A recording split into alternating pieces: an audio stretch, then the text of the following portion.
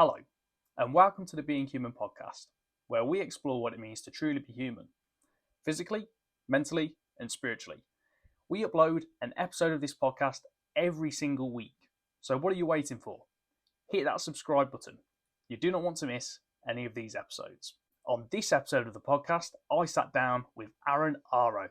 I have followed Arran on social media for years at this point. I discovered him about 6 or 7 years ago. So I've really gained so much value from what he's been sharing with people for a long time now. Arran is a bodybuilder, a fitness influencer, and he's been sharing his workouts, his physical training regime, his nutrition, lifestyle advice for years on social media. He's always had what I would define as a real health-first approach, which I think is different to a lot of fitness influencers on Instagram today. And if you are a regular consumer of my content, of this podcast, you will hear me harp on and on about Stoicism. Well, you've either got Arran to thank or take issue with for that, because Arran is the person who introduced me to Stoicism through his content many years ago. Me and Arran discussed physical training. We went into how to build muscle, how to build strength. Arran emphasized the importance of having a focus with your training and being focused on a particular goal and how that can aid you in achieving that goal. We went into nutrition and Arran's approach. Is nutrition as simple as calories in, calories out, or is there more to it? We talked about the use of steroids. Steroid use is becoming more and more ubiquitous for the average day gym bro. I asked Arran what he thinks about that. Should the average gym bro be taking steroids? Should competitive bodybuilders be taking steroids? We talked all about that. We talked all about physical training, physical health, but we of course delved into philosophy, mindset, the mental aspects of life as well. Arran really emphasized the importance of perspective, how perspective changes the reality before you in this life, and the importance of making conscious decisions in your life. I've learned a great deal from him over the years, and I learned a great deal from him throughout this conversation. If you enjoy and find value in the conversation, I do not doubt you will, then please make sure to hit that subscribe button, share the video, give it a thumbs up, drop a comment below, support the channel, be a part of the Being Human community, help it grow. Thank you for watching, thank you for listening, and thank you for supporting Being Human. Okay, so let's start off from the very beginning. Yeah. Your earliest memory of working out or going to the gym, were they the same thing, or when did you start getting into fitness and exercise? So my earliest ever memory was going to Argos with my friends. So it was me and two other friends, my best mates at the time, and we bought the 50 kg York dumbbell set. You know, so back in the day we had the Argos catalogue. Went and bought that and lugged it back to where I was living, which was like about an hour walk. Yeah. So we done that. I went to my dad's house, grabbed his old bench. So we had like an old York bench, like a home workout thing. So in the York dumbbell set come with this poster. And this poster must have had about 12 exercises, and literally just followed that. And that's my earliest memory. And that was probably like 14, 15 years old. And I had a few older friends that took me to the gym. And I remember struggling with the bar. You know, 20 kg bar was heavy. And I used to go occasionally. And then it was I think I was about 17 years old when I first joined my other gym. My local council gym, and from there I just kind of got the bug and just kind of never looked back really. And then I went to uni, took about 6 months off, went to London, 6 months off the gym, kind of finding my feet. And I think by the time I was about 19 until my age now 32, I've never stopped training. You know, you might have had times where like two or 3 weeks max with like an injury or something, but yeah, consistent throughout. So, Yeah, that's what I was going to ask you. Did it instantly become an addiction? Because one thing I've noticed about you, I've followed you on Instagram for about 6 years now at this point, I think even longer. You seem so consistent. Not that other people online don't. I guess it's kind of easy these days to make it look like you're being consistent because you can post workout videos from whenever, Oh, right? yeah, definitely. But having followed you for a number of years, for you, it really does seem like a lifestyle. It seems like you're always in the gym consistently every week. Was that something, the consistency that just came natural to you through an obsession with it, or was it something you had to consciously build? No, I mean, my training's changed over the years. Like, now I've got a love for cardio, you know, which I didn't have at the beginning. But I've always just enjoyed being in the gym, and kind of, can be negative as well, but I've built my identity to go alongside that. So now it's like, any chance I get, I will work out. And it does make me feel great, you know, and you get the endorphins, and, you know, I like the way I look, and so on and so forth. So I continue to keep that up. But yeah, it was before kind of Instagram was about, I was still training. I was working out, you know, what was best for me. Was it 4 or 5 days? And I kind of noticed in the earlier days, 5 days was almost too much. So 4 days was like perfect. And that's kind of adapted and changed as I've kind of gone on, really. Yeah, I wanted to ask you about that, the evolution of your training, of your structure week to week. When you first started going to the gym when you were 17 years old, did you have a split in place? Did you have a workout regimen, or was it go in, chest and tries every day? When I first started the gym, it was me and like a good friend of mine, and it was a real, like, that was where we'd spend time together. It was a social thing, and we'd go and train. I can't ever, you know, I imagine it, I don't know, but I imagine it was like back, chest. There was no real legs going on. This is before social media, yeah. Legs didn't exist. You know, a leg day came around with Instagram. Before then, there was no leg day. You know. What do you think that was then? Why did Instagram create leg day?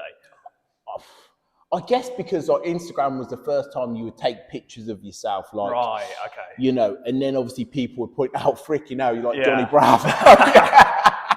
You know, and then leg day become trendy,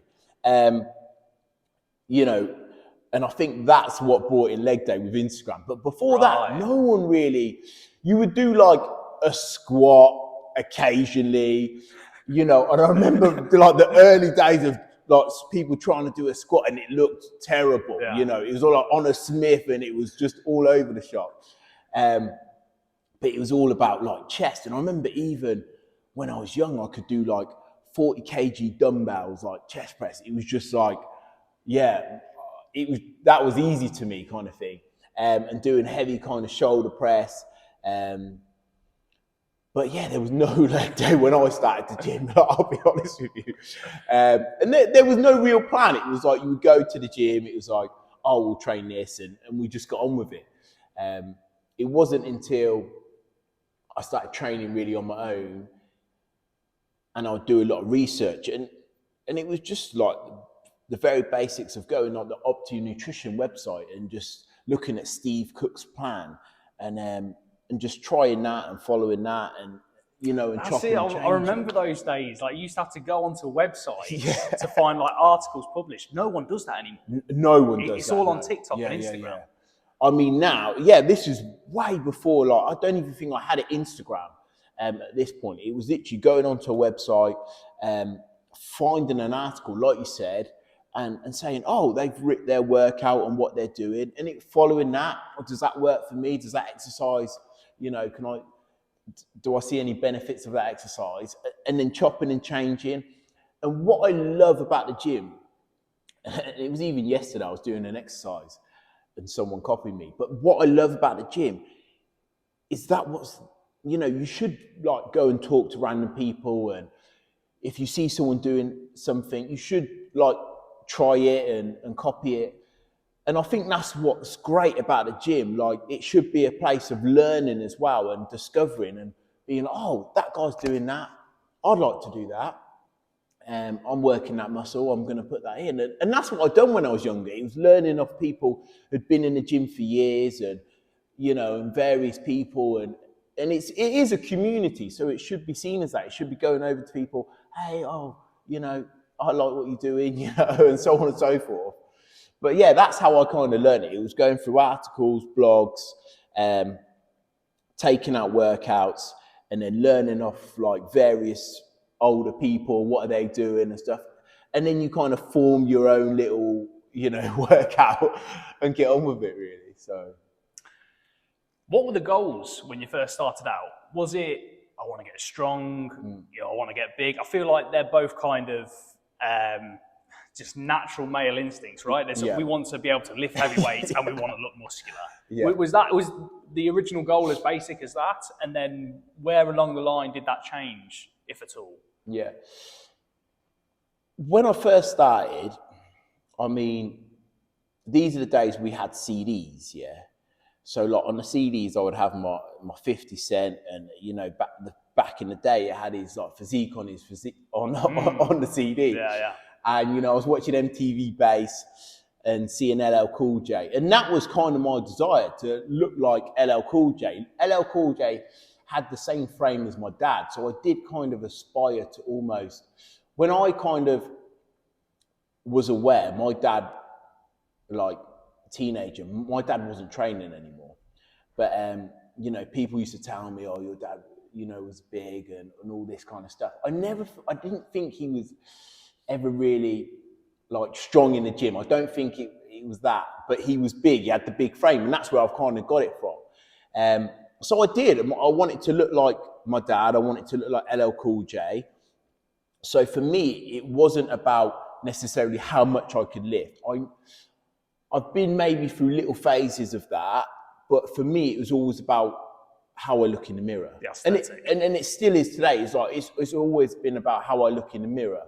And kind of, I think I've probably gone past LL Cool J now. but yeah, that was really my vision. I wanted to look good. And that's it really at the start. And you mentioned your dad. Like I said, your physique kind of, when I say it always looks the same, like you never look out of shape. You always stay in shape, and that's a testament to the consistency you have. And even looking at old photos of you, you always look like you were built from a very young age. Yeah. How easy did you find it to add muscle, stay lean, those kind of things? Did you feel like you had like a really good natural base to build off of, or did you find it quite difficult at the start to add muscle, to stay lean, those kind of things? Yeah, I've never really done a bulk. I've never done like, oh, let's eat loads and so on and so forth. I've never done a bulk. I've, maybe added a meal in or something, but I've never like bulked and ate loads. Never like dirty balls, yeah, trying to get as many calories as possible. Yeah, I've never done that. But I do think my body did like muscle and responded really well to the gym. So when I was training, when I was younger, I remember, people would comment, oh, freaking hell, he's looking big. And I was tiny, but people were like, you're looking big. And this is when I was like 17, like just literally, those first games, my body responded really well to the gym. But certain body parts, like, some body parts I've had to really try my hardest to grow. Other body parts just responded really well. So what's the area in your opinion that's like your weak area? Probably my legs. Okay. Yeah, probably my legs. I think I didn't, and this goes back to, it's responded really well,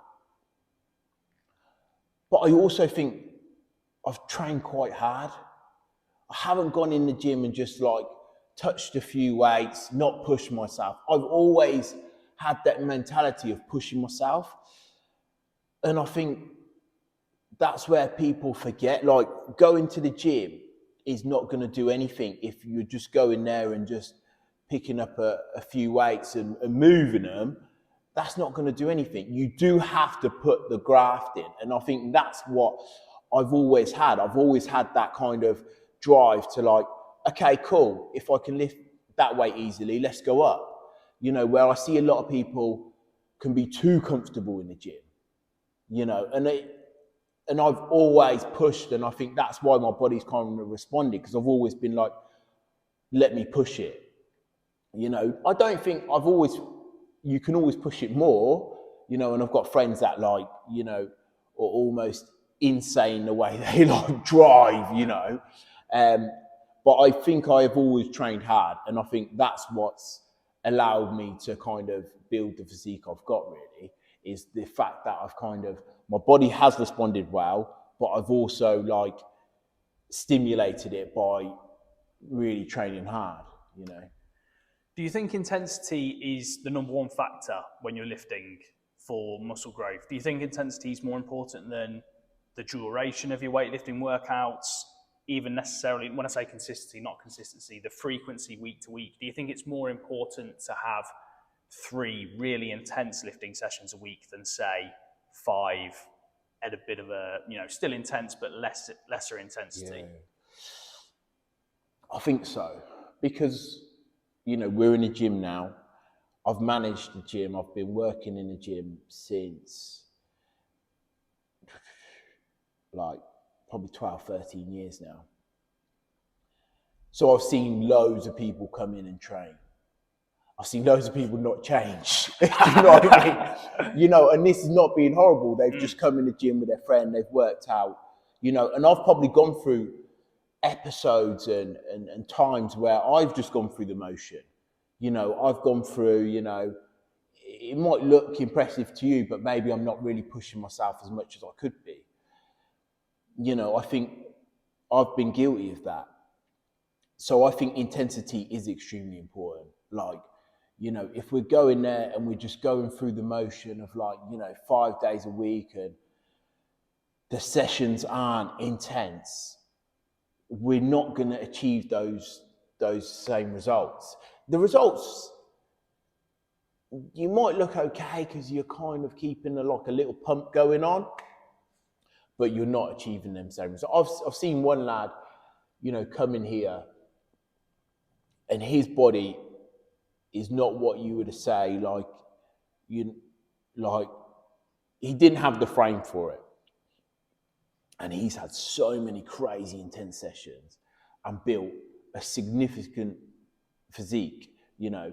Now he's gone on to use like steroids and obviously and stuff, and yeah, he looks really impressive. But he started with such a tiny little frame, and he's made massive gains. And he used to really train really hard, you know. So I do think intensity is so key. And another thing I want to pick up on, and I do say this to people, is like saying to a gentleman last night, you know, there's different types of training. There's training and you look good and you can be ripped. And generally anyone who's ripped looks good, you know, because the muscles are all appearing and so on and so forth. But if you want to grow big muscles and get thick, you need to lift up really heavy stuff, yeah? And I feel like it just makes sense as the way, like, I can't go down the science route. I don't have any of that education. But just from seeing my friends and seeing myself, like, the people who lift really heavy get really thick, because I think your body responds and says, like, geez, we need to, like, build a thicker frame in order to withstand this kind of stupidly heavy weight we're being put under. Your body doesn't know what you're doing, you know. Yeah. It will just respond to... It just feels the stress, right? It feels the stress. And the greater the stress response, the greater the adaptation. And exactly what you said. And so I've noticed, like, you need to pick up heavy weights. And what heavy weights is different for every single person. But I just feel like if a weight is becoming too kind of comfortable, and you know, Instagram is full of, like, one person says this, and I get it, it's super confusing. It's super confusing for me. But one thing I've noticed is you really need to kind of put your muscles under stress and pick up heavy weights for yourself, and that will allow your muscles to grow thick and your body to become, like, dense almost, you know. You mentioned that lad how, you know, he's used intensity in his sessions to build a great frame. But you also mentioned steroids as well. I was talking on I think it was an episode last week with someone, not sure if I've released it yet, but I was saying how it seems like to me in our society today, steroids for men have kind of become what lip fillers have become for girls. Yeah. In terms of, you know, they're almost not shortcuts to beauty or looking better, or a cheat code necessarily. It depends on how you use them, right? Basically, they're becoming more and more ubiquitous. Yeah. What's your opinion on the use of steroids? When do you think people should use steroids? Do you think it should just be reserved for people in the gym that are looking to compete? Because obviously they've got to hit that peak aesthetic. What are your thoughts on kind of like the average gym bro using steroids? The average gym bro, I would advise to stay away from steroids. I don't think we need to do steroids in order to kind of, you know, see gains. I think you can train harder and you can eat well and you can see those gains you want. Steroids have that place. And what we went through a phase of, like, you know, everyone kind of jumping on steroids. I mean, like, I trained at a few like spit and sawdust kind of hardcore old gyms. school places. Yeah. And I noticed, like, the young guys and old guys, everyone would jump on steroids. I mean, I was even talking to this one gentleman and he said, I've just been in hospital, you know, some damage of, I can't remember specifically, but maybe it was his liver damage or something. And, you know, he was taking steroids. You wouldn't have thought so because he wasn't looking after himself. He didn't really train that hard. His diet wasn't good, you know, so he didn't look like he was on steroids, yeah. But he did it. And anyway, so he come out of this hospital and he was saying to me, what do you take? And I was saying, you know, creatine along with some other supplements. And I was saying, try that and kind of give it a go. And anyway, I saw him like a week or two later and he was like, I'm back on gear. And it was just like, what I noticed is those whole people who wanted to jump on steroids wanted quick gains.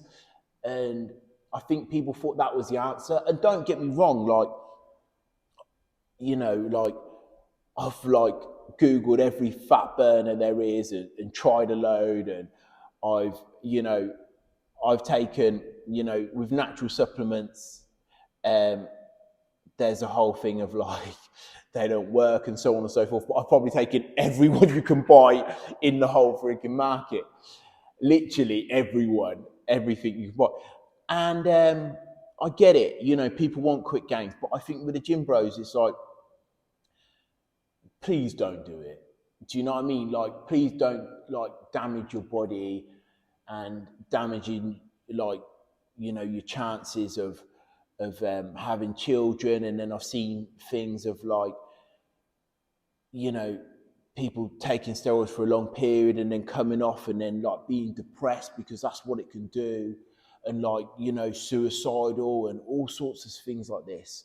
I think it can be really damaging.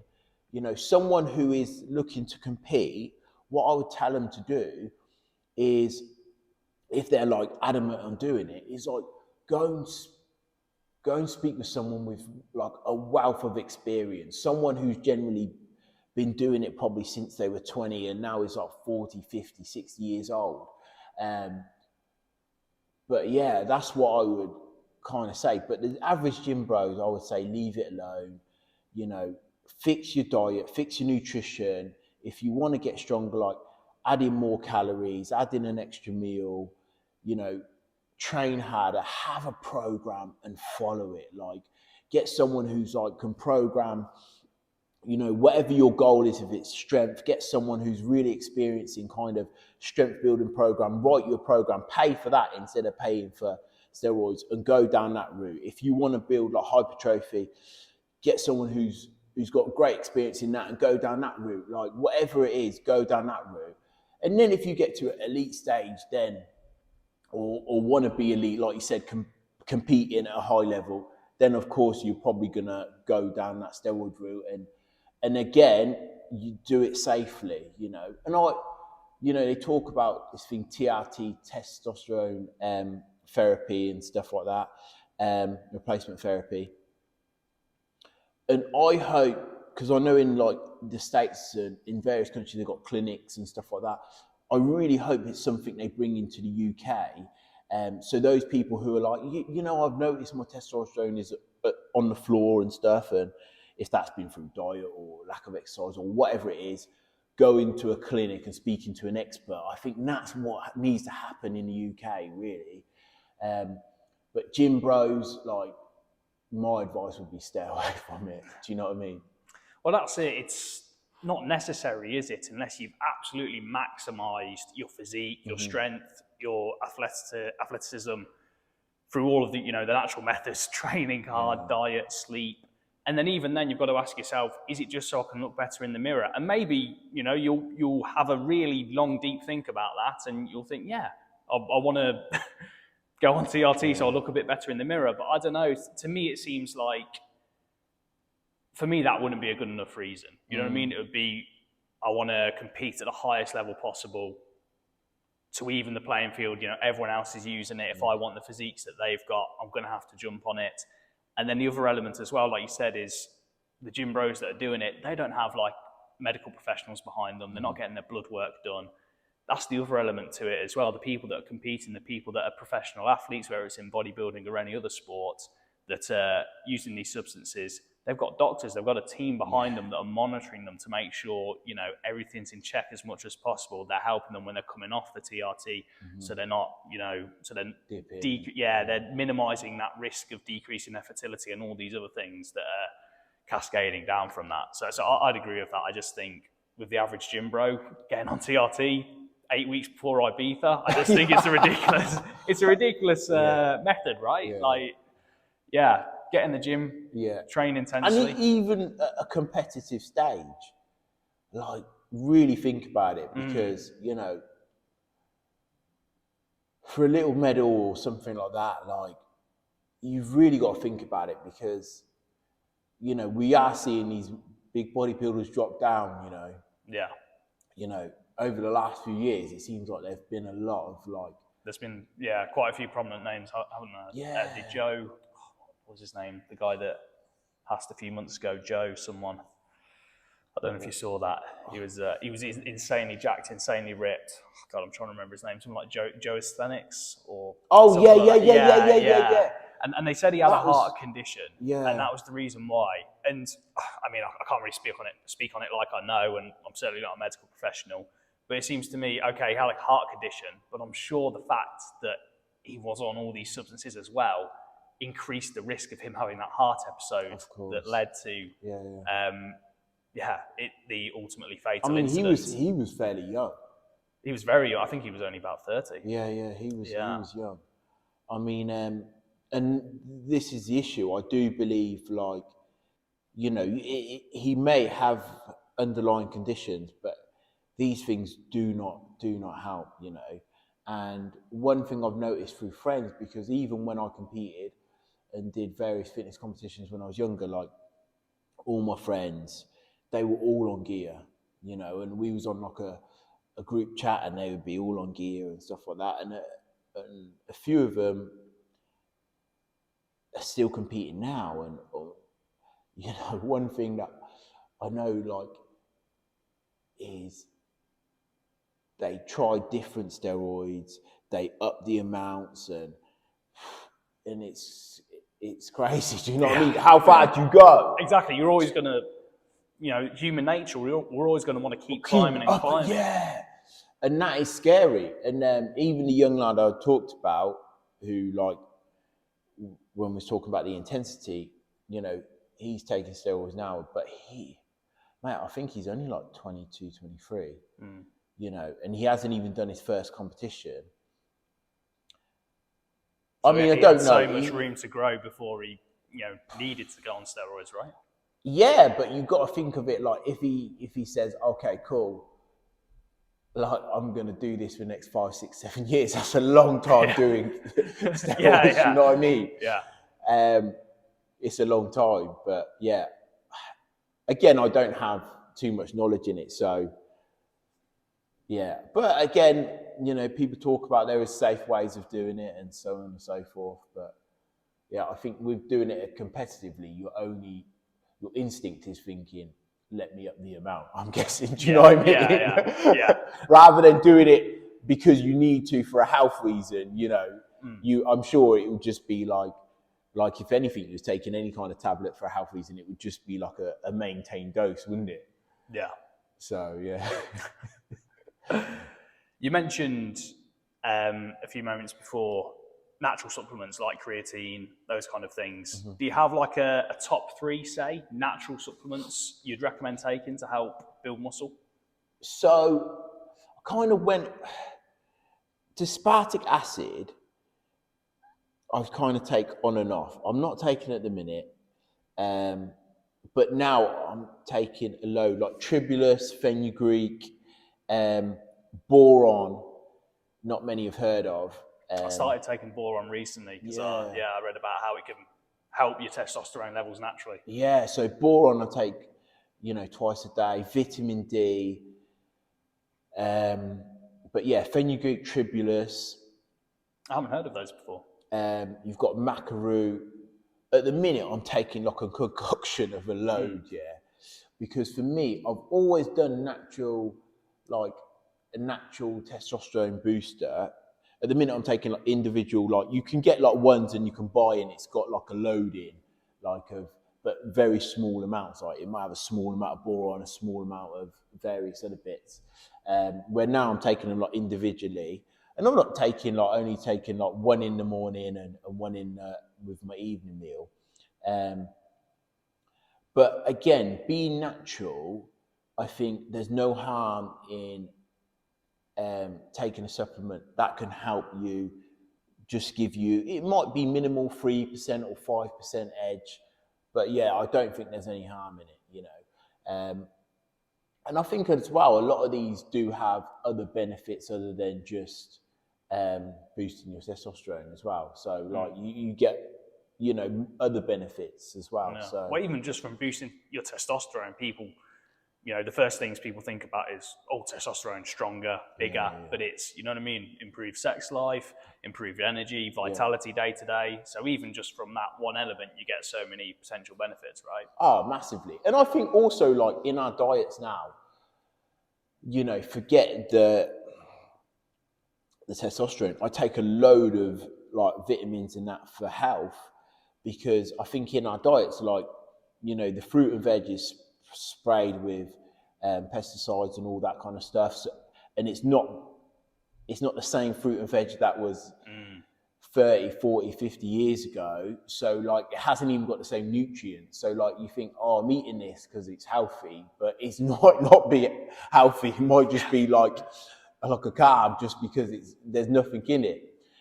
So I think supplements are like essential. Like you should be taking supplements. Your mum, your dad, you know, if you've got grandparents, like everyone, you know, should be taking supplements. Like they're just essential, really. In this day and age, you know, unless you live where you know, you've got a pig and a cow in your garden and chickens and you're growing your own veg, then I think you're probably sweet. You know, you're living outside, you're catching vitamin D, you're probably sweet. But those who have most of the majority of us, we need to take supplements, I think. Yeah.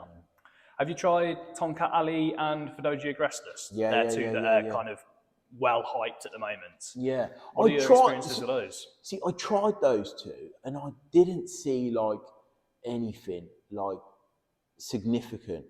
I imagine my testosterone's pretty good anyway. Again, I need to do tests and do my blood work just to, you know, I'd like to see how it is anyway. But yeah, I tried those two. Didn't see anything, crazy. Nothing noticeable. No.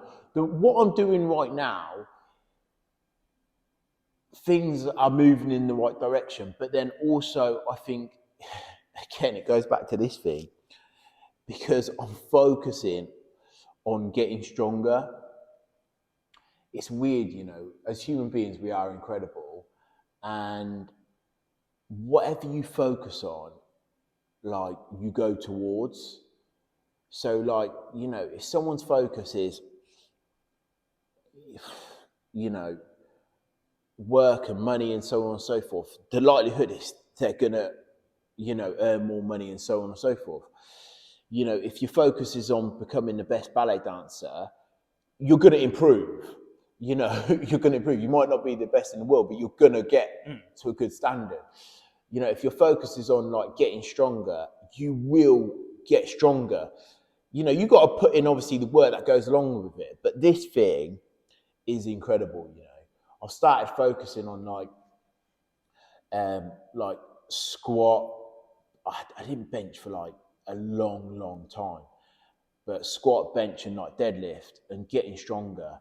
And like my numbers have just been like every week, and I don't add your 1.25s, and I add fives, I had 10s and 20s, you know what I mean? But every week I'm like, yeah, like last week I did a 250 kg deadlift,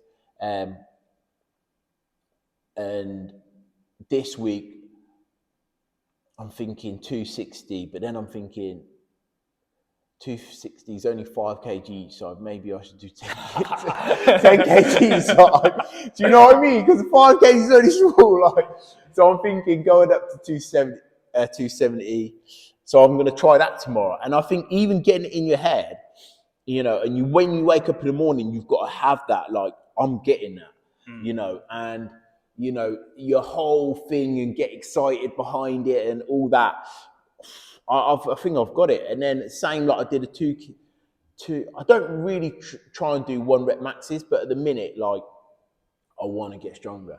So like the 250 kg deadlift, I did for 3 reps, and I could have done more, but I just kind of stopped. The 270, you know,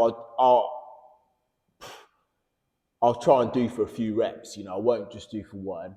But I did a 210 kg squat this week. Next week, you know, if I sleep well this weekend, I will probably go for 220 kg squat. Do you know what I mean? Yeah. And just try it. But that'd be amazing for that squat. Like that is like, I feel like a good standard. Do you know what I mean? Yeah. So and that's come from just focusing on it and adapting your training a bit. So you're doing those big 3 lifts of traditional barbell bench, barbell back squat, and deadlift. Do you think they're kind of the best exercises if you want to build pure strength? I mean, like, don't get me wrong, like, you should be, like, on everything you should do, you probably should be, like, trying to take it up a little bit. But with those, they're the 3 mainstream big lifts. Again, I was looking at my testosterone. I've recently had a daughter. And before I started focusing on those big lifts, I was just feeling that I wasn't getting stronger. And I was thinking of it like, I was thinking maybe being a dad. And there are signs that, like, you know, as you become a dad, like your testosterone dips because, you're more loving and I'm playful and all this kind of stuff. You know, I'm no longer like, you know, the big scary lion. Now I'm, you know, just playful and playing with her and stuff and loving and stuff. And also like being in a long-term relationship, you know, there is actual signs that your testosterone will dip. You know, when you're single and you're with, you know, you're seeing a girl for a few weeks, your testosterone will rise, you know what I mean? But like in long-term relationship, it dips. And I kind of noticed that. And that's why I kind of went to, because I wasn't deadlifting every week because it's long setting up, it's taxing, you know, and various things. I wasn't doing this. And, you know, I'd squat, but I would never like do like a super heavy squat, you know, like I'd do like 180, but I wasn't going like above that. So I was just thinking, like, I want to get stronger. I want to test my strength. So I started doing it, and I have noticed the testosterone. I don't know because I'm not like keeping an eye on the levels. But your intuitive feeling of it is that your testosterone's gone up. You feel more testosterone fueled. Yeah, exactly that. Like, yeah, I feel just like harder anyway. You know, the other parts of my training haven't changed. Do you know what I mean? They're pretty much very similar to what I was doing, but I'm feeling harder and stronger and so on and so forth. So I do feel like my testosterone has risen by doing those exercises. You know, and back in the day, they used to say like if you deadlifted and heavy, you know, it would increase your testosterone, right? Yeah, there's been studies, right, that when you squat and deadlift, as opposed to, say, even leg pressing, which is a similar movement, you don't see the improvements, the elevations in testosterone from leg pressing that you do from squatting and deadlifting. And this is the thing, like, so I've put it in and I have noticed a difference. And I think there's a huge thing at play of like picking up weight and just lifting it. It's primal, right? I know that's a big buzzword, but it is. It really is. It's like picking up a weight, a heavy weight, and lifting it up. I'm like, wow. I think there's massive thing there. Yeah, massive like psychology and everything that at play of doing that. But your body, like my body's responded really well to it. Yeah. Really well. Yeah, so like, yeah, I'm keeping that going at the minute. Yeah, there's I don't know if it's a movement as such, but I definitely see a lot of fitness pages on Instagram saying, oh, you know, you don't need to squat or deadlift to grow your glutes or, you know, grow your legs. You know, you can get a better contraction from leg pressing. And all right, okay, maybe like from a pure bodybuilding point of view, most people can get a better contraction in their glutes, leg pressing than they can squatting, because it's difficult to learn how to squat with proper form, right? It is. But I've got a very purist mentality. Like you said, there's just something about that traditional movement of squatting and deadlifting, and the studies show it as well, that you don't get the same effects. So my standpoint is, okay, maybe you do get a better contraction in your glutes. So if you want to grow your glutes, by all means do your leg presses. But I think everyone should be squatting and deadlifting as well. And maybe squatting and deadlifting is difficult for some people, you know, if they've got issues with their hips or backs. Or really tall. Or like, they're really tall. I've got some colleagues, that are really tall and they struggle with both squatting and deadlifting, you know. So like, rightly so, but yeah, there are some people that it doesn't suit. But what would you recommend for those people? People that struggle with traditional barbell squat, barbell deadlift. What's the alternate exercise that's kind of, you know, just as good or near enough there? Sumo deadlift instead of just normal deadlift, and then I would say front squat instead of back squat. Okay. Oh, okay. So you're still squatting, but a front squat, I swear, it just the movement, it makes you like, it's easier to do the technique, and it just automatically just drives you to the floor. Like it makes you go like almost ass to grass, like just like the movement of it, and also you're staying kind of more upright. You know, you're not doing that kind of bending down when you kind of squat. It makes you stay upright. So I would replace those two. I would say still do it. Obviously, you definitely not going as heavy as you probably could back squat, but it's still a great movement. But yeah, front squat instead of back squat, and then sumo deadlift. But then with a sumo deadlift, I've never done one. I'm not sure if it's, again, you're probably working slightly different, but again, you're still feeling that lifting up something. It's still a heavy. Deadlift. Yeah. Yeah. So that's what I would say. Yeah. And my colleague has said that he's tried the sumo deadlift. And he said found it much easier for himself, you know, because he is like, you met him, just like 7 feet. Yeah. He's very tall. Tall guy. Yeah, so he's found it much easier. So I would say do the sumo, and then the front squat, I do believe, will help those people as well, because it's a slight different, different angle of the spine to the hips and that kind of thing. Yeah, I think they'll find it easier and nicer. But everyone else should be should be squatting and deadlifting. And you shouldn't think, oh, I need to lift like stupidly heavy weight. No, like one thing, every time I've had an injury, like especially with squats, I've always started back with a bar. And every time I've had an injury, I've improved my technique because I've started from scratch. So I'm not just going in and thinking, oh, cool, what should I lift today? And struggling with that. I'm thinking, well, I can't do that because I've just had an injury. I'm starting again from scratch. You know, so I start super light, you know, and then I'm working on my technique over working on like how heavy I can lift. So I love it. And that's how I've improved my technique over the many years of me training is because every time I've had the opportunity to like restart, I've gone, okay, cool, let me improve my technique. And it's just worked wonders, you know, over the time. So I don't think like people should think, man, I need to chuck a load of weight on this. You can just be like, let's just do the bar. Yeah, no, I think that's a really good point because as well as your technique improves, when you're then able to get back to lifting those bigger numbers, because you've got better technique, you're going to have a greater capacity to lift even heavier, get even stronger and bigger. You literally hit the nail on the head. I think, yeah, once you've got a better technique, you can drive a lot more, you're stronger, you're probably recruiting the necessary muscles needed because you've got that right technique. You can, you know, so yeah, exactly that. You can get stronger, get bigger, and so on and so forth. I think you've already displayed this quite well from the conversations we've already had.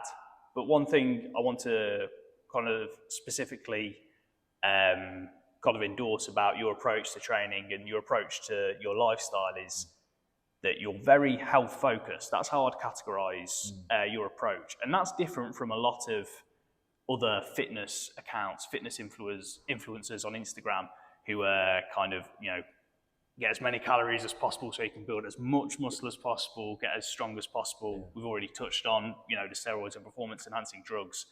But yeah, that's one thing I've always really liked about your content. It's very health focused. And a big part of that is diet. We've already talked a bit about diet, but talk to me about your principles of diet. What are the kind of things you're looking for from what you eat every day? Because most people are very calorie focused. There's, again, another movement that, all you need to worry about is your calories and your protein and everything's going to be fine. What are your thoughts on diet? And yeah, what are you looking for each day and what you eat?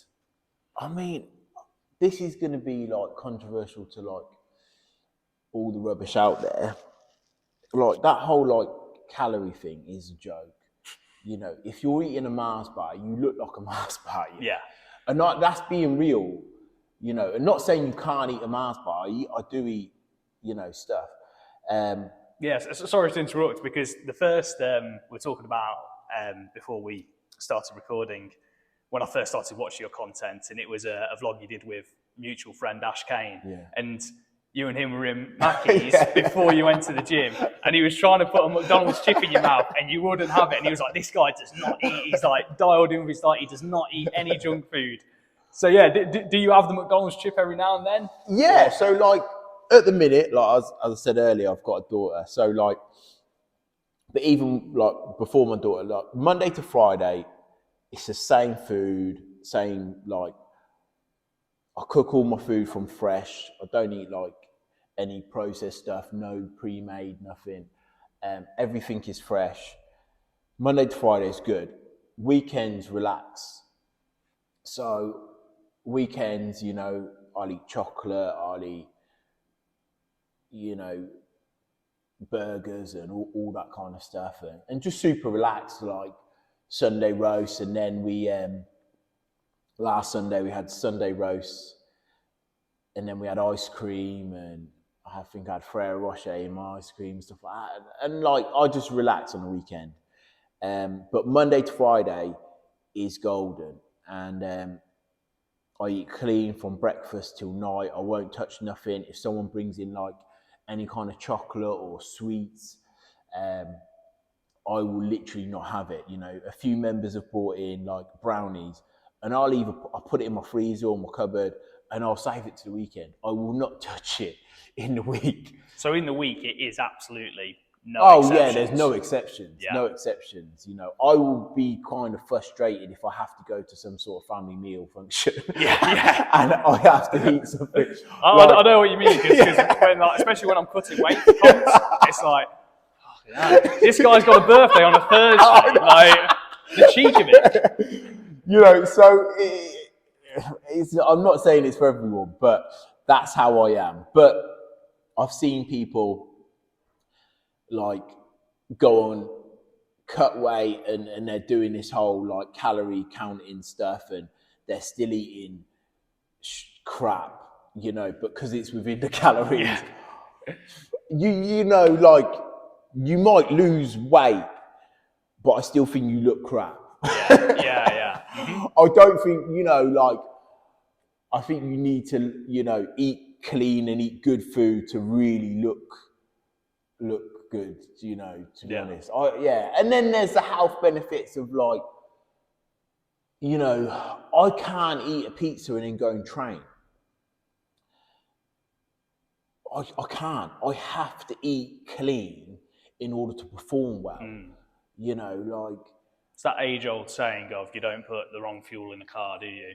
And expect it to perform like a Ferrari. Yeah, I mean, some people, you know, you do get these, like, I mean, this whole jelly buttons and stuff, like, while you're working out is beyond me. Like, for me, it's just water.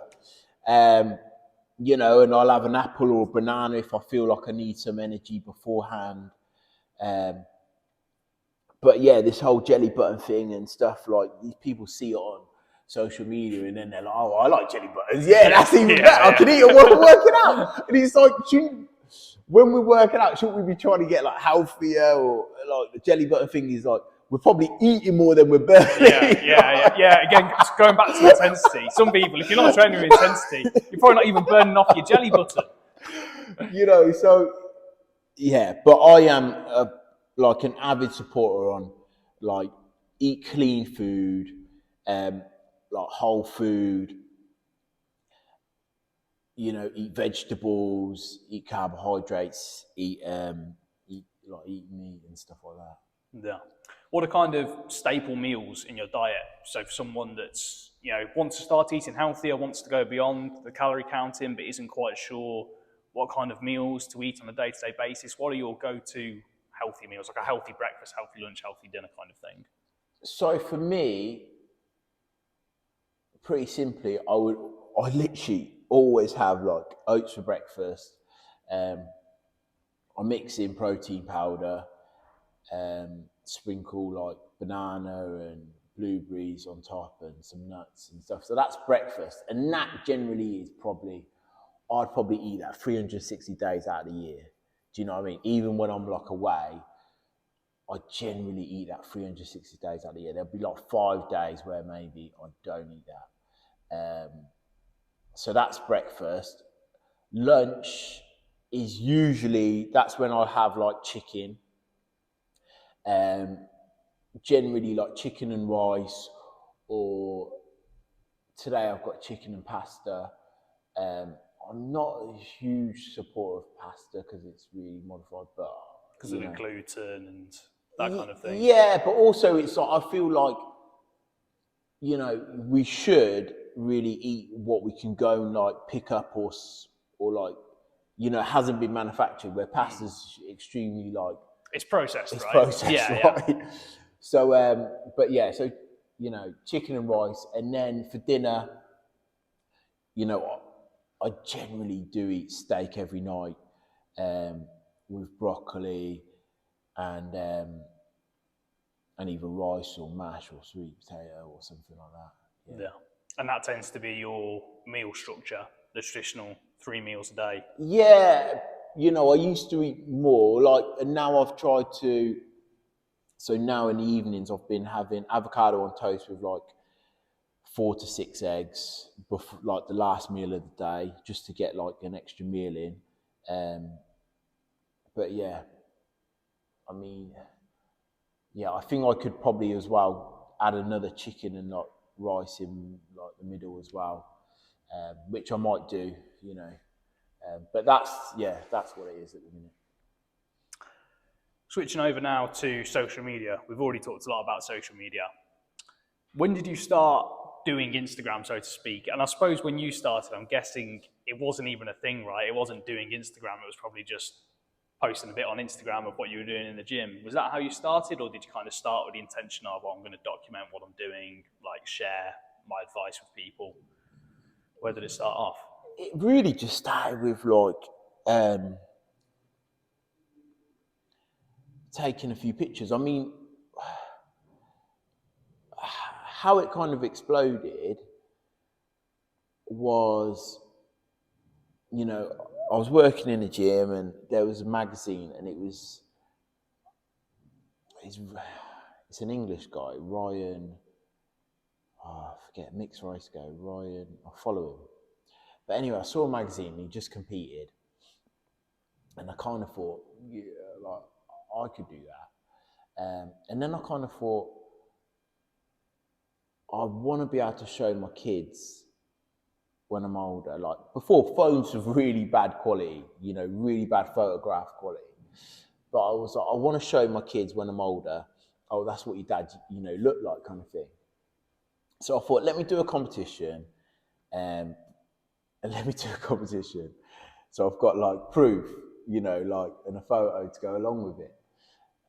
And that was how it really started. And I got in shape, and then this photographer, Arran Aro, who had previously shot with Simeon Panda, he got in touch with me because I must have posted an image, and for some reason he must have found it on Instagram, and he got in touch with me and said, oh, do you want to do the shoot?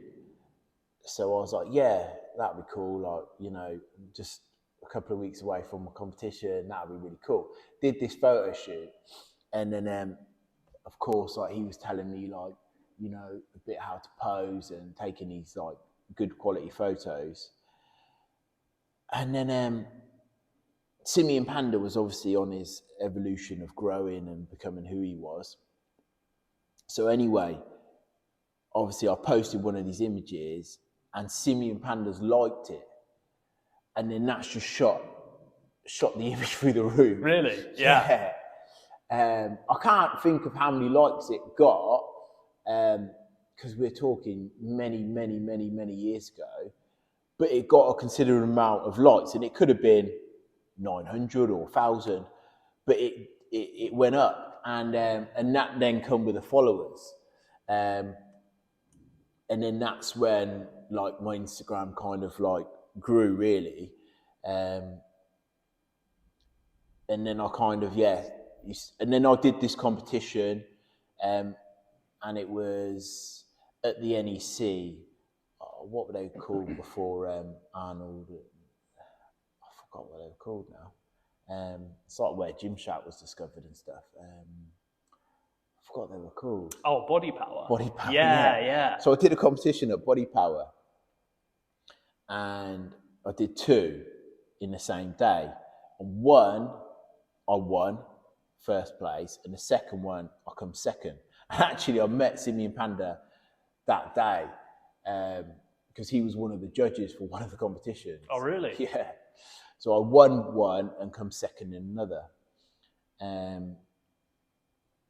And then I become, through winning one, I think I got sponsorship, up to nutrition sponsorship, which is really funny because that's the website I used to go on. Wow, yeah. So that must have been like a dream fantasy moment, right? It was, yeah. But then walking around the show, obviously this is when like every single like nutrition company was there. Cymax saw me and they picked me up, and then ultimately I went and signed for Cymax instead of Optimum Nutrition. But it was it was amazing, and so on and so forth. And then doing that show, I grew my social media because I was walking around and looking good and taking photos with various people. So my Instagram grew some more. So that was cool. And then, I just kept because then I was an athlete. So I was like taking pictures and doing videos and so on and so forth. So that kind of took that path off. And it kind of just grew into what it is now, really. Yeah. As I mentioned, followed you for a number of years, and I've gained a great deal of knowledge and inspiration from you, not just in terms of training and fitness, but on self-improvement and mindset as a whole. Anyone that watches this podcast regularly, I'm talking about Stoicism on pretty much every episode at the moment. And they either, the people watching this either have you to thank or you to hate for that, because you introduced me to Stoicism. I remember you posting photos each day of the Daily Stoic, and I was like, oh wow, what's this book? And I don't think I messaged you. I think you did a Q&A and somebody else asked the question, what book is this? Okay. And you got, oh, it's the Daily Stoic. And then I didn't actually pick it up then. I just thought, okay, noted, that's cool. Should probably check it out at some point. And then about 6 months later, I think I was in Waterstones and I saw it and I was like, oh, that's that book that Arran Aro keeps posting about. And I picked it up, and it is not a... it changed my life. That's not an exaggeration. It really did. So talk to me about that. Talk to me about when you kind of started delving into mindset and self-improvement as a whole. Was there a specific reason you started to? And then if you want to, talk about where Stoicism came into that. So there was this book about, in 2017, it's the first time ever I lived on my own. And first time ever, I didn't have a TV in the bedroom. And the first time ever, like, I really had a conversation with myself. Who I was, and like, who did I want to be? And that's initially where it all began, because I wasn't who I wanted to be. So then I had to look at myself, and then I searched for books and various videos on YouTube and stuff like that on how to become the person I wanted to be. So that started the journey, and there's this book called Grow by Jackie Beer or something like that. And that really kind of unlocked the initial kind of thinking, oh, we can have a different mindset. Like, we can, like, truly not just be who we think we are, like, who, like, just carry on unconsciously. We can act, consciously. We can make decisions consciously instead of unconsciously, just going throughout life and, blurting out things and acting and taking actions. We can actually be conscious. And in this book, she talks about, relationships, and when something happens, you've got a choice. And the choice you need to ask yourself, will my reaction, if I act in a certain way, which path will that take me down? Because will it take me, say, if, a relationship with you, if you say something to me and I react a certain way, if I want to become a better friend to you and closer to you, if I say a certain thing, will that take me towards my goal or away from it? If I say something that you're not necessarily going to like, or mean, or something, that's going to take me away from that goal. So everything in life, we've always got this, we can always make this conscious decision. Is that going to take me towards my goal or away from it? In work, in business, in training, even driving down the road, asking yourself, who do I want to be? If someone cuts me up, do I want to be a calm person or an aggressive person? Like, I chose to give up swearing. I chose to, because it decided, like, who do I want to be? do I need swearing in my vocabulary? Like, I don't need it. You know, because it's just always thinking about the person I want to be. And don't get me wrong, I don't think I'm, you know, the person I necessarily still want to be. But we've always got this decision in life of of not multiple actions, but we can always, does it take me towards my goal or away from it? And then that book's kind of opened my mind to, wow, you know, we don't have to just be unconscious. And I think my life before that was just totally unconscious. I never like acted like really consciously. And then that book led to like me like watching various stuff on like Tony Robbins and stuff like that on YouTube. And then various different YouTubers, like the American great speakers, Les Brown, and then like different books I read over the time, and then just came across kind of the Daily Stoic and Stoicism, and that led me down that route. And I've always touched on different things, so I think you can take away from like religious books, you can take away from various different books. But Stoicism was beautiful because it really gave different points from different Stoics on how they kind of carried themselves and viewed the world and viewed their experience, you know, which can also allow you to lead a much calmer and less anxious life. Because if you see it through Stoicism, you know, you don't have to get super anxious of stuff. Like when things happen to you, you know, we don't have to like always think like it's the end of the world. You know, it's just something, you know, in this life we're human, and to have a human experience, you know, to be human and to have a human experience, we have to feel all these different emotions, and, you know, everything that we do is part of this human experience we're having, you know, and Stoicism like sees it as that. It doesn't, you know, take it from this unconscious level of just like feeling pity for itself, you know, like it's very like, you know, just sees it, and like if your arm's cut off, it's just like, you know, we move on, you know, we don't dwindle around being like unhappy and miserable about having the arm. It's just, okay, cool, that's off, now I lead my life down this route, you know. And yeah, I love Stoicism. Yeah. No, I think that's, I think you raised some brilliant points about it there, and that ultimately is what I'm all about, what this podcast is all about, the human experience. And the fact of the human experience is it's not all sunshine and rainbows. Yeah.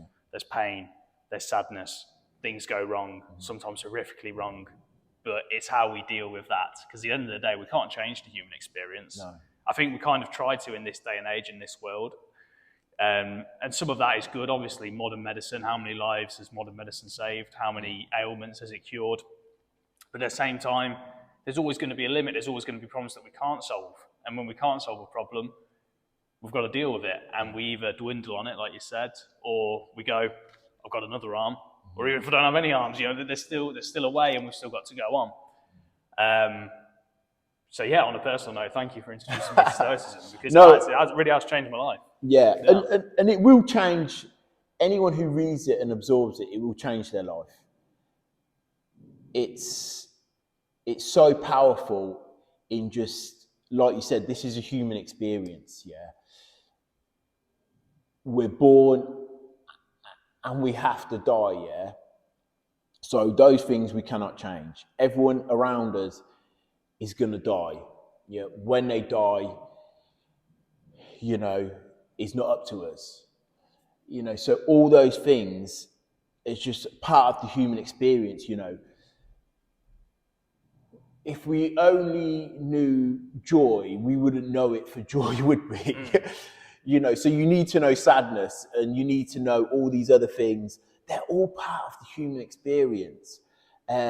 Just because, you know, not necessarily something is cool on social media, this is still part of the human experience. You know, and just to understand that and it will make you less anxious as a person, I believe, like Stoicism, really. I think so.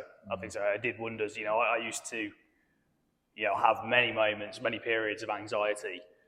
And obviously it comes and goes with life depending on your external circumstances. But the whole point of Stoicism is internally you can remain, you know, unperturbed. So I've definitely noticed the benefits in my life. Something that Ryan Holiday talks about a lot in the Daily Stoic is the process of journaling. I know you journal yourself, you share that a lot on social media. Talk to me about journaling, how important that is, what benefits you derive from it. It's just, again, speaking to yourself and having that conversation. And I think, you know, in life, it's so easy to like get up, go about your day. And just to have those brief moments of conversation. You know, Ryan Holiday would talk about, you know, some people journal in the evening and kind of evaluate their day. What went right? You know, what would I like to change? You know, how could I have acted differently?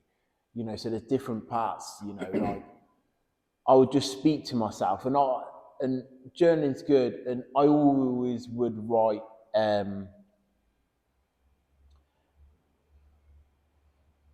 like messages to myself. How would I think? How would I feel?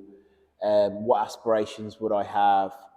You know, I'd generally do it in the morning and talk about my yesterday and what was I thinking. Generally, I'd read something and how did I view what I'd read? How did I interpret it? And kind of share. And then I would sometimes share it. Do you know what I mean? On social media as well. Yeah. So on that note, then, again, we talked about social media a lot. Do you think it's a net positive or a net negative in this day and age? Because obviously there's so much benefit that can be derived, but as well there's so much negativity, right? Like so many people in the comments spreading negativity, then as well like the whole body dysmorphia thing. Yeah, look, if we maybe go into that a bit, how much do you think social media has affected people in terms of body dysmorphia? Do you see that a lot with people in the gym day to day? I think social media has affected a lot of people. My own perception, I would see it as a positive, just because it's connected me with people that I wouldn't have connected with if we take social media away. And also, you know, it allows you to discover things. And we do have to remember, though, that social media is very clever. It only shows stuff that it's not really that you're clicking on and liking and so on and so forth. Yeah. So you have to look at yourself. You know, when we're looking at social media, we have to look at ourselves and say, wow, I've clicked and liked on that, you know, and it's showing me more of that. So, you know, we have to look at ourselves and say to ourselves, don't click and like on it then if it's not. If accountability, right? You got to take we have to be accountability. And the same with who we follow. Like, you choose to follow that person. Yeah. So if that person is rubbing off you in a negative way, you know, like, then you can choose to unfollow that person, because there is a lot of amazing things on social media. You know, there's things that can pick you up. There's motivational, there's things you can learn. There's a lot of amazing stuff. But you've got to take freaking control, and you've got to look in the mirror. And I think, okay,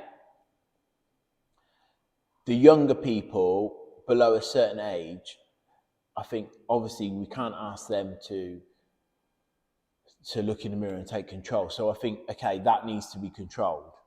But when we get to a certain age, we then need to start looking in the mirror and saying, okay, cool, stop blaming social media.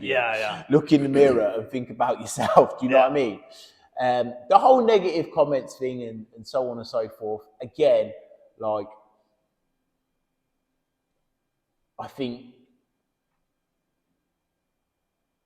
you know, I've been very lucky, so it's hard for me to kind of say.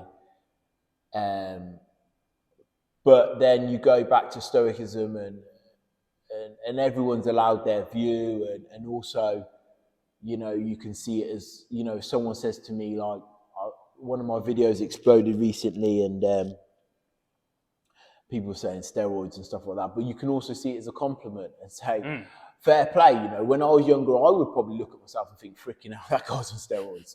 Do you know what I mean? So, like, you know, and also I love the thing of, like, you know, walking in someone else's shoes. This is a huge thing as well. Like, we don't do this as many times, you know, we've got to walk out in someone else's shoes, you know, and I'll just try not to, like, to judge too much. Do you know what I mean? So, yeah, I'm not bothered about, like, negative comments as such, you know, and anything. I think you can turn a lot of those people around, you know, as well. Like, you know, like, you know, I just be nice back to them, and do you know what I mean? Yeah, kill them with kindness. Yeah, I think you can do a lot of that.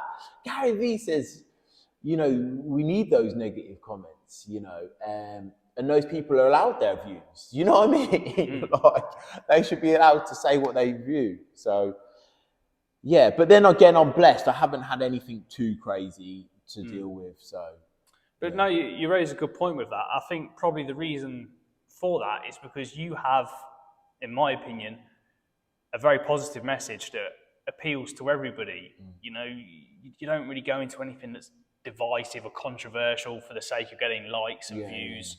I think you've always stayed true to you with your content. You haven't tried to, you know, make yourself out to be someone that you're not. You never tried to preach to people in this way or another. You've just shared your journey and always done so from a very positive angle. So you say you're lucky. It's probably a result of, you know, the community, the following that you've created. You've created that positive environment, right? Yeah, definitely. I think, like, my followers are definitely, like, supportive and so on and so forth. I mean, a lot of the quotes and the messages I write and stuff, that a lot of time they're to myself. Do you know what I mean? You know, some have been to my younger self, some have been to, you know, myself now, but a lot of them are, like, to myself. So it isn't like I'm, like, you know, putting it out there to, like, for someone else. It's a lot of it is, like, for internal and like a message to myself, but I also think it could help others. Do you know what I mean? That's originally why I started posting more, and I try and keep that in mind as much as possible, because for me, I know personally, I definitely, there's part of me that has, you know, can have a very strong tendency towards being arrogant and thinking, oh, you know, I know what's best for this person and that person. I should preach this and preach that. And something that I always remind myself is, why did you start doing this? You started doing this because you found things that were helpful for you, and you started sharing them because they might be helpful for other people. And they may not be. They may not be. And I think that's the best approach to have with social media. Share your journey, put it forth as your experience, and what will be. Your answer isn't going to be someone else's answer. Yeah, I think you can get, like, obviously, like now we've been through this whole season of, like, vegans, and now we're going through a season of carnivores. It's mad. I had a friend who was, like, mad vegan, and now he's, you know, mad for the meat. And we've had these mad vegans, and I think even the carnivores that are preaching on social media, a few of them used to be vegans as well. Well, I tried veganism for 6 months. Yeah. More from, like, an animal welfare standpoint, but then I bought into the whole idea that it was the healthiest way to eat, because you kind of got to convince yourself of that if you're going to go down that path for other reasons. And then, you know, one reason or another, I started eating meat again, and I love eating meat. And then I swung completely the pendulum the other way. But this is social media, man. Yeah. This is social media, and this is what I mean. Like, these people, like, that, like, preach, I don't think they should preach. And it's hard because, like, you know, I'm probably like that as well. But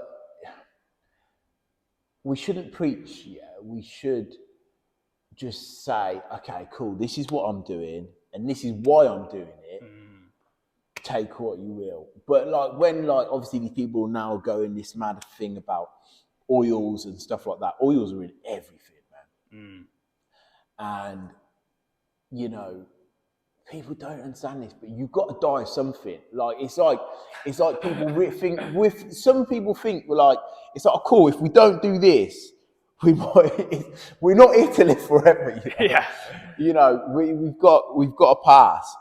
So it's a case of, you know, you got to strike a balance, right? You've got to have a balance. You can be too You've got to have neurotic. a balance. You can be too crazy, and that's what I mean. Like, I'm not saying like, you know, I've asked for my Easter egg. You know, I'm getting an Easter egg. I'm getting that chocolate.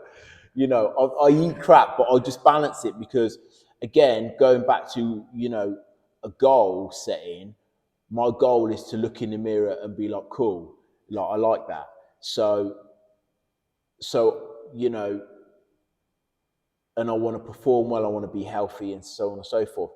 But, you know, I do think you need that balance. Like, you eat chocolate, man, chill out, eat chocolate, eat this. But then also, I think there's a difference to eating something and living on something. Yeah. You know, if you're going to McDonald's like 3 times a week and Greg's the other times, like, okay, cool, you need to address that, you know, like, but then, you know, if you're hitting a McDonald's on a Sunday and it's just, you know, like one off, then that's absolutely fine. You know, I think everything in, you know, balanced and so on and so forth. But then, like, you know, my gym is very unbalanced. I'm very, you know, probably too much, not too much, but like. Well, everyone's balance is different, Yeah. right? You know, some people, their balance of going to the gym is 3 workouts a week. Yeah. For you, your balance, like the thing that makes you feel balanced is going to the gym, you know what I mean? However many times a week. I'm guessing you train every day, right? You work out every day. I mean, I used to, once upon a time, like, if I wasn't hitting weights, I'd be doing cardio. Now, like, because obviously I need to spend time with my daughter, and like that's another goal of mine. So now it is a case of like I do have like days where like they're complete rest. So like Sunday I won't do any kind of activity now. I was trying to do it like Saturday and Sunday, but now I've sneaked in a Saturday morning workout. But yeah, so literally it's like Saturday morning, come in as early as possible, get it done, and then I've got the rest of the weekend with my daughter. Yeah. Do you know what I mean? But yeah, Monday to Thursday is, if we go on and talk about my program at the minute, it's Monday to Thursday. Yeah, let's go into that. Yeah, outline your program for the week. Yeah, so Monday, I used to start the week with legs because, again, like if you've eaten rubbish all weekend, you know, if rubbish does help you fuel like your sessions, then I used to do legs on a Monday. But use now, the calories for legs. Yeah, but now I do Muay Thai. I probably couldn't do like a mad leg session and then go do Muay Thai. So now it's chest Monday, Muay Thai in the evening, Tuesday's legs, Wednesday is back, Thursday shoulders, Friday is like, today I did a 5K run, so it should be cardio, Saturday's full body, and then Sunday's complete rest. And I used to do cardio, as you can imagine, when you first started following me, I was doing cardio every single day. On the bike every morning. Every morning. But again, another thing with my strength is I'm trying to be like, okay, cool, let me tone that down a little bit. Something's got to give, right? Yeah. Let me tone that down a little bit. I think again, going back to like what you said, like my health is important. I believe you should be fit. You shouldn't just look fit. You should be fit. So like, you know, you need to, cardio plays a huge importance of it. So I keep it in. And yeah, so that's my split at the minute.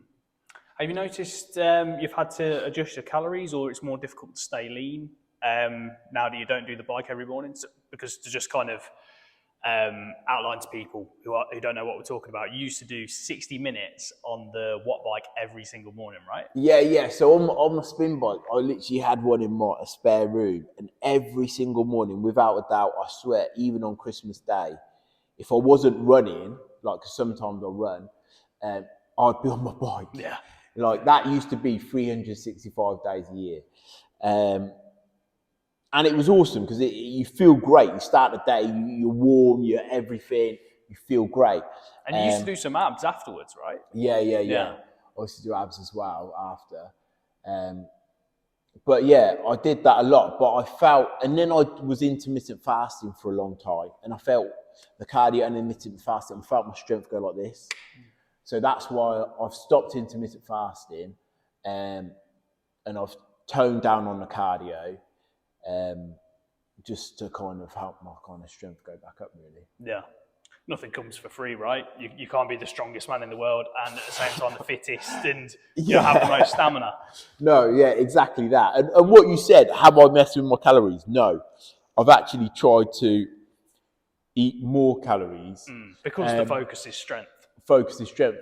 And I haven't noticed, I've noticed a little bit like, like I might not be super lean, but I think because of doing the Muay Thai, and I'm doing that, I do like a group class once a week, which is like sparring, and then I'm doing like a one-to-one, which we usually focus on my technique and stuff. Sometimes he'll like hit me with some mad drill, but like, a lot of times it's focusing on my technique and stuff. So the Monday I'm burning about anything from like 1,000 to 1,200 calories in sparring. It is full on. My heart rate's going through the roof because I'm like freaking out. Everyone's beating me up. Everyone's attacking me. You haven't just got the actual workout. You've got like your mind's going. Your mind's going. Your heart's going. You're in fight or flight mode, depending on who you're with. So you've got all that going on. So that burns a lot of calories. And then I'll do my one-to-one, which again is you burn a fair few calories with that, and then I'll go and do cardio. So it's roughly still there. Do you know what I mean? But like you need to be fit. You can't just be strong. You need to be fit. It's important as well.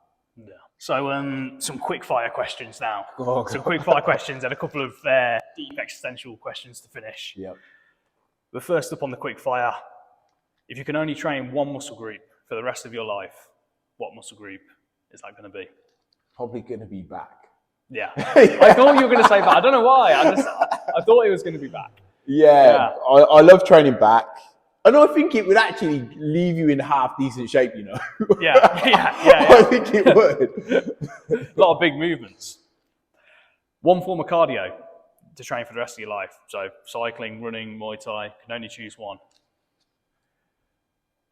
I would go with running just because, like, whenever I go on holiday, generally I run because I might not have anything like any form of cardio or gym that I can use straight away.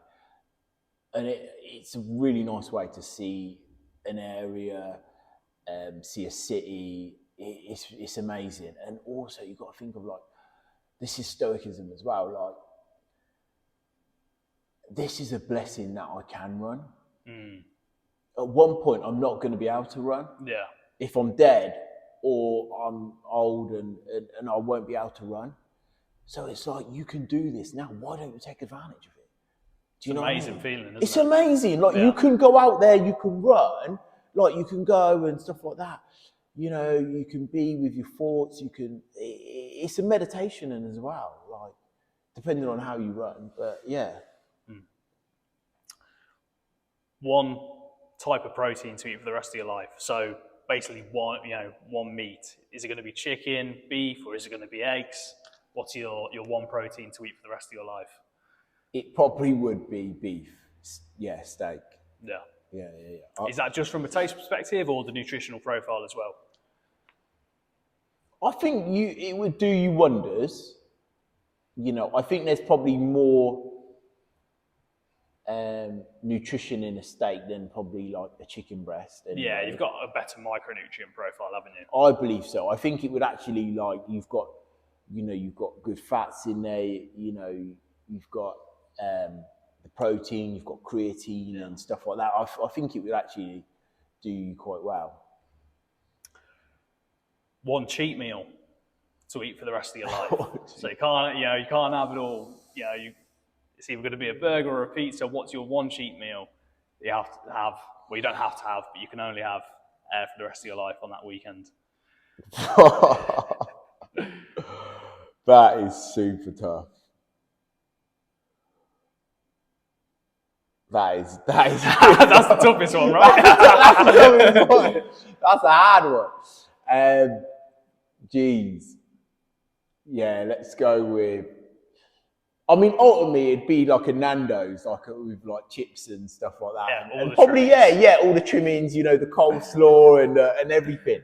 So it would be a Nando's. If I had to go for one thing, like the sunset burger or the chicken burger, you know, it's got cheese on and a load of like sugar, all the oils. All the oils. Yeah, it's probably modified from something, but yeah. Yeah, brilliant. 3 top tips for somebody looking to become fitter and healthier. So it can be to do with the gym, sleep, diet, whatever it is, but your 3 top tips. Sleep is essential. You can't do anything, you know, if you're not sleeping, like, and I get it, there's some people that have like find it really difficult and stuff with sleeping, but sleeping is key. Train hard. You know, intensity. Train hard, yeah intensity. My hard is easy to someone, you know. So it's not about trying to keep up with, you know, the strongest guy in the gym or whatever it is. Train your hard. Whatever your hard looks like, train it.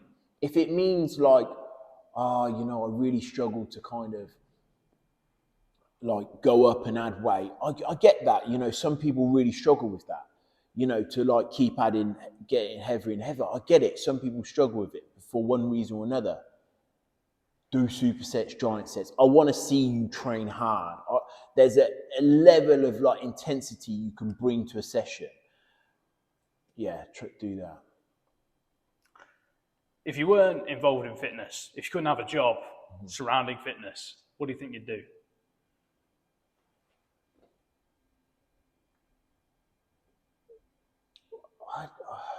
I mean, if it wasn't for fitness, what would I do?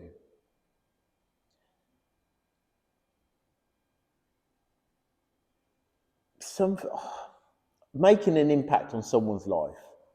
You know, I don't know if that's like teaching or going down the media route and helping others, you know, in media but making an impact on someone's life, yeah. And that tails quite nicely actually into the final question. I ask this of pretty much every guest. What does success mean to Arran Aro at the end of the day? And what's the meaning of life to you? This is where we get really caught up in like, and this is where social media can like play a really trick in your life, you know, because we see like people on these incredible holidays and we now can see the world through the phone and see places we would never have seen before and all these amazing like holidays and these amazing homes and these amazing cars and so on and so forth. And we can play a trick on like, you know, we have to become this millionaire so we can, you know, have this lifestyle. But ultimately, you know, laughing, you know, we forget these blessings of like, we've got taste buds on our tongue and stuff. Like having a wholesome, you know, human experience where you have people you love in your life. You have fun, and fun doesn't mean spending, you know, 30k in Dubai or something like that. Fun or going to Dubai or anything like that. fun can just mean like, you know, going somewhere with your mates and having a laugh, like, you know, or doing something, you know, even on your own, like just having this human experience. I think that is success, like really just ultimately, and don't get even caught up on like this, like even happiness can be like a trip, you know, like we have to be happy all the time, stuff like that. Even that's a trip. But I just think just enjoy this human experience. Enjoy it while you've got it. You know, enjoy the stages. If you're single, enjoy being single. You know, like we go through different stages in life, and we're always looking at the next one, you know, and we're trying to get to the next stage. If we're single, we're looking at a relationship. If we're earning X amount, we're looking at the next stage, you know. And I think the biggest takeaway and the biggest thing of success is probably just enjoyment. Do you know what I mean? Enjoy while you've got it, you know, and appreciate this human experience. You know, I don't know what the next experience is after this, but appreciate this one. I think it's very telling that I've followed you and your content for so long, because that's probably the most similar answer that any guest has given, the most similar one to what I would give to that question. Arran, I really appreciate you. I appreciate you having this conversation with me. I've enjoyed your content for many years, and I'm sure I'll enjoy it for many more years to come. So, appreciate that, man. Thank you very much.